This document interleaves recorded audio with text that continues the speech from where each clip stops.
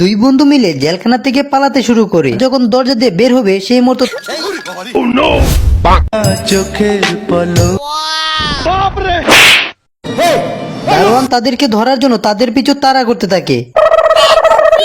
একটা সময় সিনহেলে যে ধরে ফেলে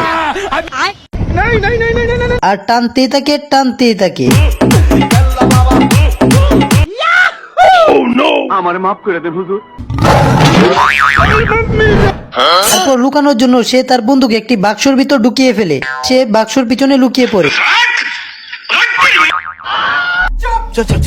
কি সে তার বন্ধুকে বাঁচাতে বাক্সের ভিতর ঢুকিয়েছে নাকি মারতে? পুনরায় আবার সে আরেকটি বাক্সের ভিতর ঢুকিয়ে ফেলে